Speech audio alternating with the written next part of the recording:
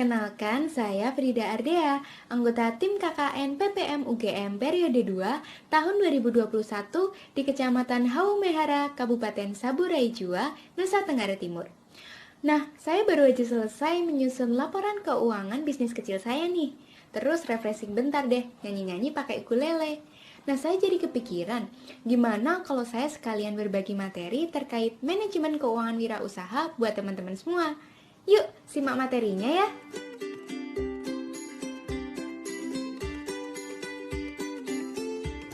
Kalian punya usaha, makin hari makin rame, pembeli makin hari makin banyak.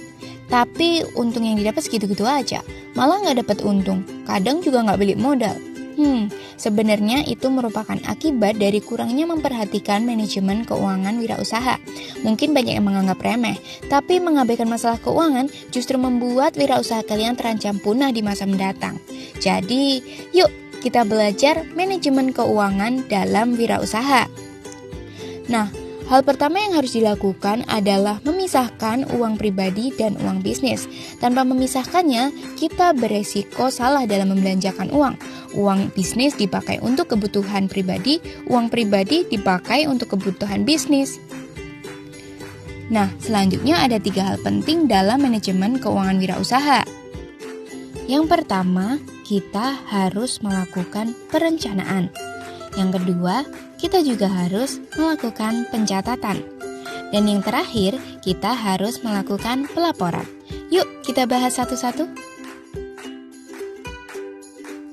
Pertama, perencanaan. Kenapa sih kita perlu bikin perencanaan? Jalanin aja apa yang ada kan bisa. Eits, kalau kita berjalan tanpa rencana, tidak ada yang mengendalikan arah kita dalam berbisnis. Memangnya apa aja yang harus direncanain? Nah, ada 2 perencanaan, yaitu perencanaan modal awal usaha dan perencanaan target penjualan. Dalam perencanaan modal awal usaha, kita harus menghitung berapa sih total seluruh modal yang kita keluarkan saat membuka usaha. Misalkan, karena disabu banyak ikan hasil tangkapan laut, kalian bisa loh menjual bakso ikan bakar. Nah, modal yang dibutuhkan contohnya untuk membeli peralatan memasak atau bakaran, modal untuk membeli bahan baku seperti ikan, tepung untuk membuat bakso bakarnya, dan juga modal untuk sewa kios usaha. Seluruh modal tadi harus kalian catat secara rinci, seperti contoh di layar ya. Setelah mengetahui modal awal kalian dalam membuka usaha, kalian dapat merencanakan dalam waktu berapa lama modal itu akan kembali. Misalkan modal awal usaha 300.000 dan ingin kembali dalam waktu 1 bulan. Kalian bisa menghitung target penjualan di setiap harinya. Untuk mengetahui cara menghitungnya, kalian bisa melihat pada buklet manajemen keuangan dalam wirausaha dengan men-scan barcode di layar ya. Tahap selanjutnya adalah pencatatan. Banyak yang bilang nih, aduh ribet, dikit-dikit harus dicatat. Nah, kalian nggak boleh melewatkan bagian ini. Pencatatan berfungsi untuk mengetahui kemana perginya uang hasil usaha kita. Selain itu juga untuk mengetahui kondisi keuangan usaha apakah sedang rugi atau untung. Lalu, apa aja yang harus dicatat? Yang harus dicatat adalah semua pengeluaran dan pemasukan yang berhubungan dengan bisnis kalian. Pengeluaran berupa biaya yang dikategorikan menjadi beberapa jenis. Yang pertama, biaya variabel adalah biaya yang besarnya bergantung pada jumlah barang atau produk yang kita jual. Misalnya, biaya bahan baku. Yang kedua, biaya tetap adalah biaya yang harus dibayarkan setiap waktu, baik saat kita jualan ataupun tidak jualan. Contohnya, biaya listrik atau sewa kios. Yang ketiga, biaya lain-lain, yaitu biaya yang tidak terduga pengeluarannya. Misalnya, iuran perbaikan jalan di lokasi dekat kios usaha kita. Sedangkan pemasukan adalah seluruh uang yang diterima dari hasil penjualan barang dan jasa. Nah, kita bisa menggunakan buku tulis biasa untuk mencatat arus keluar masuk keuangan bisnis kita. Tetapi memang sedikit ribet sih, dan bakal butuh banyak buku jika banyak transaksi yang terjadi. Tapi jangan khawatir, sekarang udah ada aplikasi pencatatan keuangan digital yang bisa dioperasikan lewat HP dan laptop loh. Ada aplikasi buku warung dan aplikasi Microsoft Excel.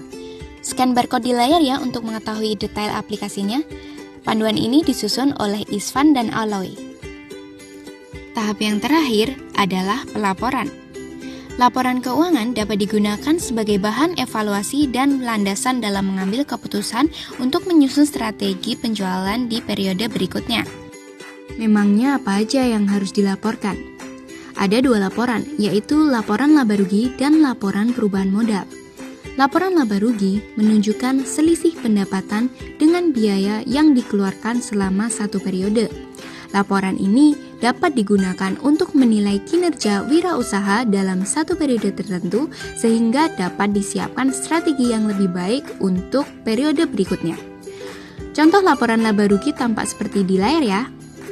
Selanjutnya, laporan perubahan modal, yaitu laporan yang menunjukkan perubahan modal atas hasil laba atau rugi dalam satu periode. Laporan ini akan menunjukkan aliran uang hasil laba atau rugi penjualan. Nah, pada contoh laporan perubahan modal berikut, modal awal usaha adalah sebesar 200.000. Dalam satu periode, mendapatkan laba sebesar 50.000. Namun pemilik usaha tidak mengambil semua labanya. Sebesar 20.000 dari laba ditambahkan kembali ke dalam modal, bisa untuk memberi peralatan ataupun membeli bahan baku. Nah, 30.000 sisanya diambil oleh pemilik.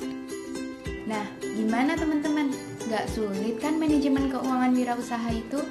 Dalam manajemen keuangan wirausaha, hal yang paling utama harus dilakukan adalah memisahkan uang usaha dengan uang pribadi. Kemudian, 3 hal penting lainnya yang harus dilakukan dalam manajemen keuangan wirausaha adalah perencanaan, baik perencanaan modal maupun perencanaan target penjualan. Yang kedua, melakukan pencatatan uang keluar dan uang masuk. Dan yang ketiga, melakukan pelaporan, baik pelaporan laba rugi maupun pelaporan perubahan modal. Jadi, yuk kelola keuangan wirausahamu dengan baik agar bisnis lancar dan duit makin cuan. Sekian materi yang dapat saya sampaikan, semoga dapat bermanfaat bagi teman-teman semua ya. Jangan lupa untuk selalu melakukan protokol kesehatan 3M, mencuci tangan, memakai masker, dan menjaga jarak di setiap aktivitasmu. Terima kasih, sampai jumpa.